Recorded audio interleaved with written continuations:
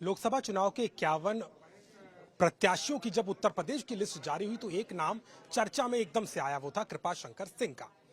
महाराष्ट्र में मंत्री रहे और अब जौनपुर में लोकसभा का चुनाव लड़ेंगे। लेकिन यहाँ की सियासत कितनी बदली है और जो लड़का मुंबई गया था वापस जौनपुर में क्या करेगा, हमारे साथ बात करने के लिए खुद कृपाशंकर सिंह मौजूद है। बहुत बहुत स्वागत है आपका आज तक पर। आप महाराष्ट्र से आप आए हैं और मंत्री रहे, वहां पर जौनपुर का चुनाव लड़ रहे हैं, ये कैसे हो रहा है? क्या यूपी का लड़का वापस आया है या महाराष्ट्र में दाल नहीं गल पा रही थी?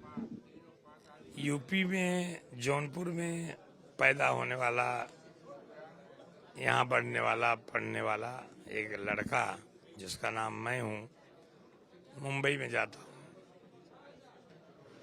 करीब 9 साल एक फार्मास्यूटिकल में नौकरी करने के बाद एक जिज्ञासा थी, एक पारिवारिक विरासत थी, सेवा करना।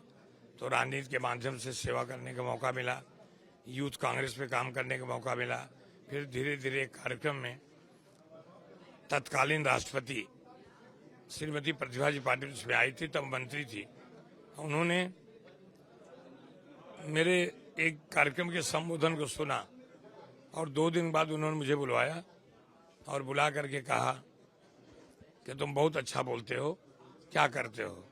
मैंने बताया, बोला जब भी समय मिले, मेरे पास 5 विभाग है, 5 विभाग के लोगों को कुछ भी काम रहे मुझे बताना। जैसे माँ बच्चे को उंगली पकड़ चलना सिखाती है, ऐसे प्रतिभा जी पाटिल ने मेरी उंगली पकड़ के राजनीतिक रास्ते दिखाए। एक चर्चा बहुत ज्यादा चल रही है, जैसे आपका नाम आया था 4 नए चेहरों को तवज्जो मिली, उसमें आपका नाम था, बाकी 3 और सीटें थी। लेकिन कल की बात है, धनंजय सिंह दोषी करार कर दिए गए हैं अपहरण मामले में, आज उन्हें सजा भी होनी है। इस कॉम्बिनेशन को क्या देख रहे हैं? लोग तो कह रहे हैं आप आए और वो गए। भाई, कोर्ट की तारीख तो मैंने आने की बात तो तय नहीं हुई। एक दूसरा, न्यायालय के मामले में हमको टिप्पणी कर भी नहीं सकते और करना भी नहीं चाहिए। आपके उनके साथ संबंध कैसे हैं? आपकी कुछ तस्वीरें भी हैं सोशल मीडिया पर, आपका मेल जोल भी उनसे रहा है, उनसे आपका कैसा कोऑर्डिनेशन? नहीं, जैसे हम यहाँ आते थे, सभी राजनीतिक सामाजिक जो भी लोग थे, मिलना जुलना होता था। मेरे घर कोई कार्यक्रम है वो आते थे, उनके घर कोई कार्यक्रम होता मैं जाते, ऐसे बहुत सारे लोग हैं।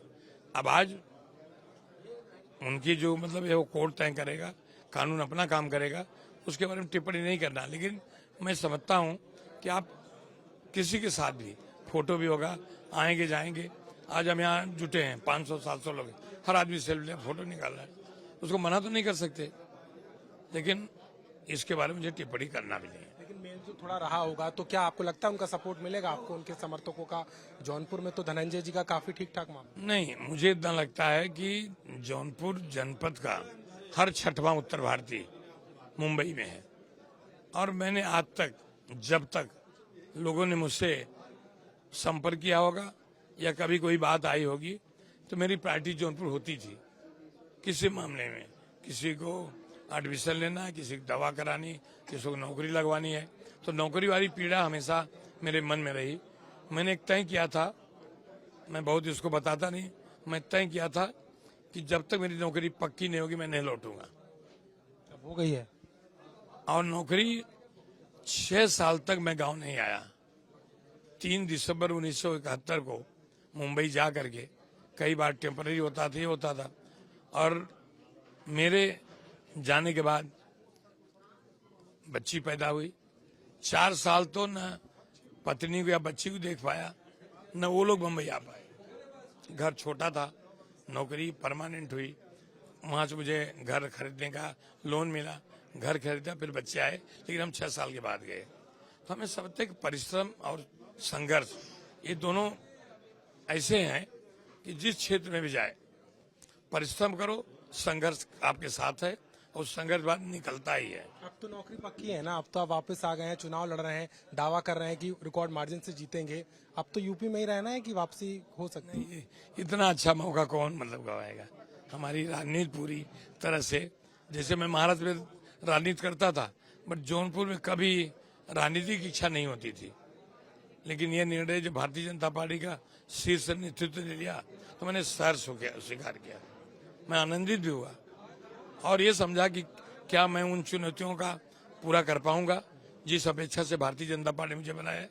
लेकिन मुझे आने के बाद लगा कि भारतीय जनता पार्टी के जो लोग, जैसे एक उदाहरण मैं दे दूं, सुरेंद्र प्रताप सिंह नगर विधायक रहे, मेरे ख्याल से 15-20 साल पहले। वो विद्यार्थी परिषद के यहाँ के चीफ हुआ करते थे। कई लोग उनके हाथ के नीचे काम करने वाले लोग आज कई पदों पे। भारतीय जनता पार्टी बहुत सीनियर लीडर है वो, लेकिन सुरेंद्र प्रताप सिंह ने कभी भाजपा से हट के किसी पद को पाने के लिए कोई इच्छा व्यक्त करी होगी। और दूसरा देखिए, ज्ञान प्रकाश सिंह यहीं बैठे हुए 6-7 सालों से भगवान ने उनको उद्योग में काफी ये दिया है।